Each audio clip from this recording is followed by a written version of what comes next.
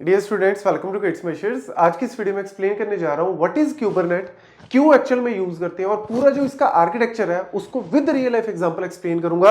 तो गाइस फटाफट से वीडियो को लाइक कर दें, चैनल को सब्सक्राइब करें अगर अब तक आपने नहीं किया, और अगर कर भी दिया है तो और डिवाइसेस से सब्सक्राइब करवा सकते हो, शेयर कर सकते हो, बहुत ही हेल्पफुल रहेगा। तो चलो स्टार्ट करते हैं। सबसे पहले देखो, अभी तक हमने डॉकर्स के बारे में, कंटेनर्स के बारे में पूरी कहानी अच्छे से कर ली है। अगर आपने वो वीडियोस नहीं चेक की तो एक बार ऊपर आपको डिस्क्रिप्शन बॉक्स में नीचे या फिर ऊपर आई सेक्शन में लिंक आ रहा होगा, एक बार जरूर चेक कर लो। इस सीरीज में अगर आप कंटिन्यूटी में देखोगे ना, जैसे ओटीटी पे कोई नई सीरीज आती है उसको हम एपिसोड वाइज देखते हैं ना, ऐसी अगर इसको अच्छे से समझना है, सीधा क्यूबरनेट पे आओगे तो आपको थोड़ा सा अटपटा लगेगा। इसीलिए पहले डॉकर कंटेनर सारा समझ लो, उसके बाद देखो यहाँ पे जब हम आते हैं तो एक्चुअल में क्या है, मेरे पास यहाँ पे डॉकर्स के थ्रू हम लोग क्या कर रहे हैं, बहुत सारे कंटेनर्स को बना रहे हैं। अब जब इतने सारे कंटेनर्स को, अगर मेरे 2-4 कंटेनर्स हैं तो मैं इजीली मैनेज कर लूंगा, मुझे इसकी जरूरत नहीं है क्यूबरनेट की।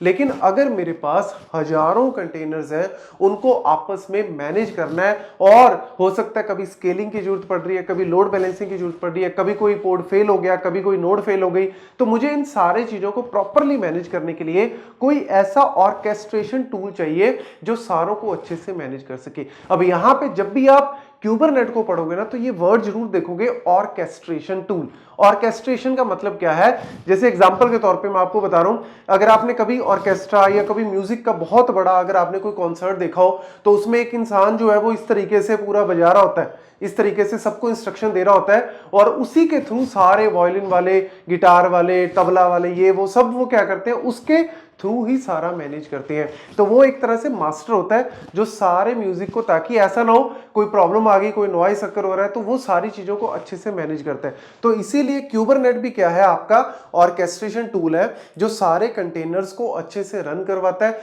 मैनेज करता है। इसलिए हम लोग इसको यूज करते हैं और बहुत ज्यादा पॉपुलर है। अब देखो CI/CD पाइपलाइन, जब हम डेवऑप्स की बात करते हैं कि भैया CI/CD पाइपलाइनिंग में हमारे पास बहुत सारे जो है वो चेंजेस आते रहते हैं, नए नए जो हम ऑलरेडी डिप्लॉय कर चुके हैं उसमें चेंज आ रहा है। तो मैं क्या चाहता हूं, कोई ऐसा टूल हो जो ऑटोमेटिकली सारा डिप्लॉयमेंट और ये चीज संभाल ले।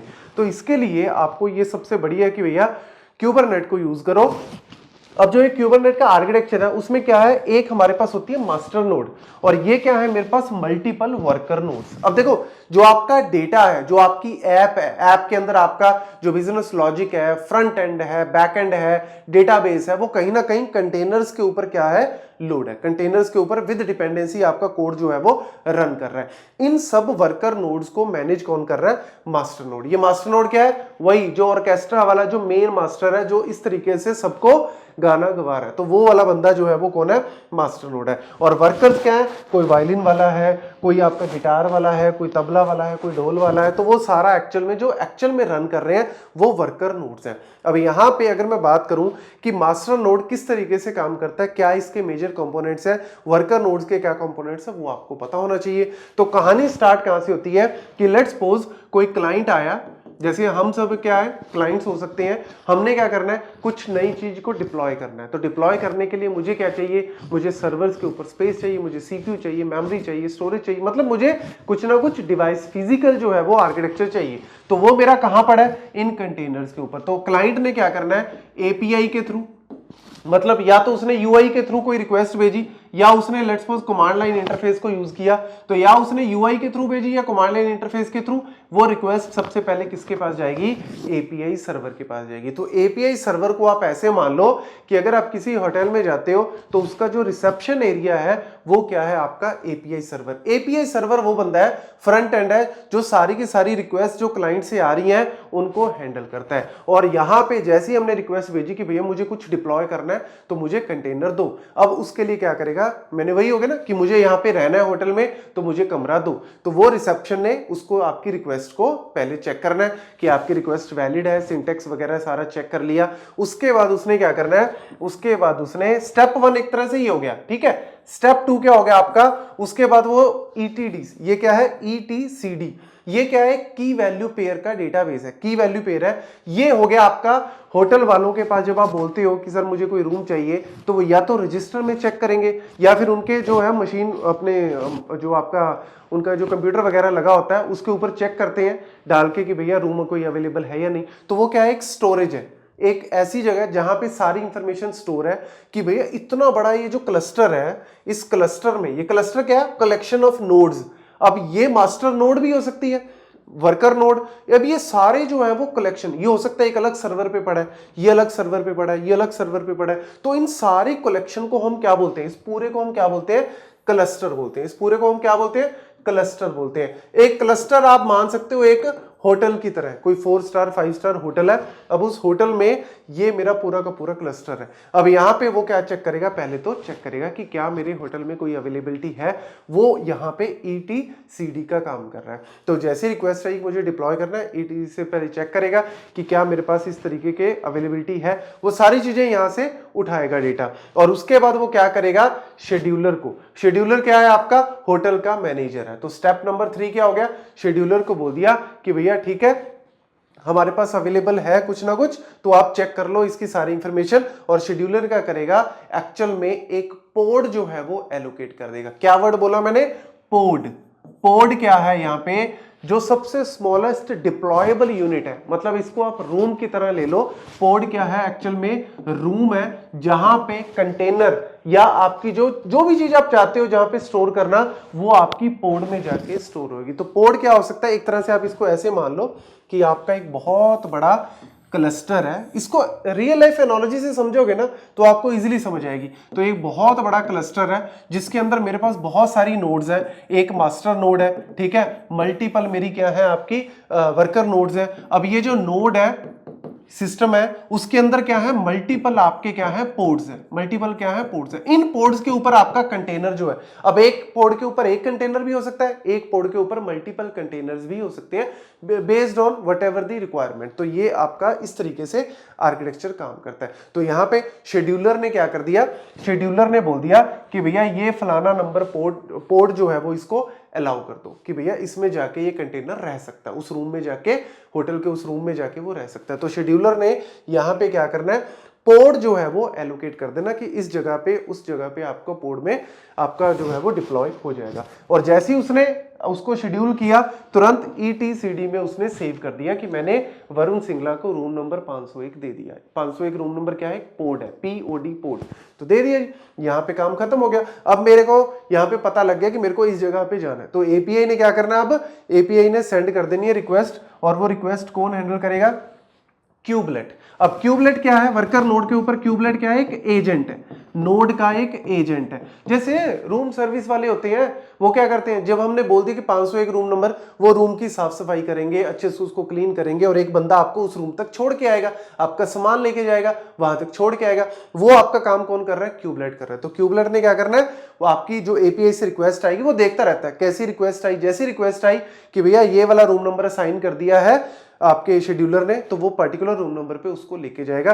तो क्यूबलेट ने आपकी जो चीज है, जो भी आपका कोड था, जो भी आपके चेंजेस थे, वो डिप्लॉय कर दिए कंटेनर के ऊपर। उसको CPU मेमोरी जो भी चाहिए वो उसको अलाउ करेगा, वो उसको दे देगा। तो ये बेसिकली कहानी है। उसके बाद आ गया जी आपका क्यूब प्रॉक्सी।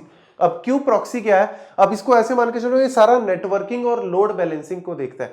अब ऐसा भी हो सकता है कि आप 5 लोगों का ग्रुप गया है, अब एक बंदा एक रूम नंबर में है, दूसरा बंदा दूसरे रूम नंबर में, बाकी के 2-3 लोग तीसरे रूम में है। तो सबको इस तरीके से एलोकेट कर दिया। अब आपस में इन्होंने बात करनी है, तो इनको एक फोन वायर या वॉकी टॉकी कोई सिस्टम चाहिए। तो आपस में नेटवर्किंग के लिए इनकी, ताकि पोर्ट्स एक दूसरे से बात कर सके, उसके लिए आपका जो क्यू प्रॉक्सी है वो टेक केयर करता है उस सारी चीजों को, और लोड बैलेंसिंग भी करता है। ऐसा ना हो कि एक पोर्ट के ऊपर बहुत सारे कंटेनर्स डाल दिए, बहुत सारे बंदे एक ही रूम में डाल दिए, 3 लोग, और एक रूम अभी खाली रह गया या उसमें 1 लोग है। तो इसीलिए वो क्या करेगा, प्रॉपर लोड बैलेंसिंग भी मैनेज करेगा। तो आई होप आपको एक एक करके सारों की कहानी समझ में आ रही है कि सबका क्या पर्पस है।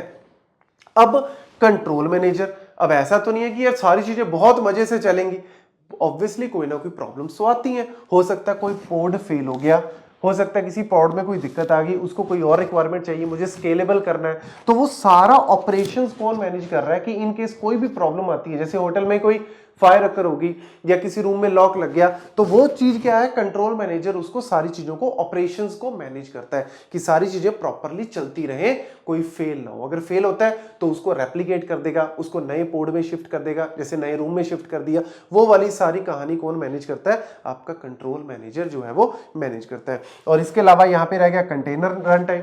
भैया कंटेनर को कितनी देर तक चलाना है, स्टार्ट कब करना है, स्टॉप करना है, पॉज करना है, तो वो सारी इंस्ट्रक्शन जो है वो क्यूबलेट इसको देता रहता है और उसके हिसाब से कंटेनर जो है वो रन करता है और डिवाइसेस को, जो अंडरलाइंग आर्किटेक्चर है, जो सीपीयू मेमोरी, उनको उस हिसाब से यूज करता है।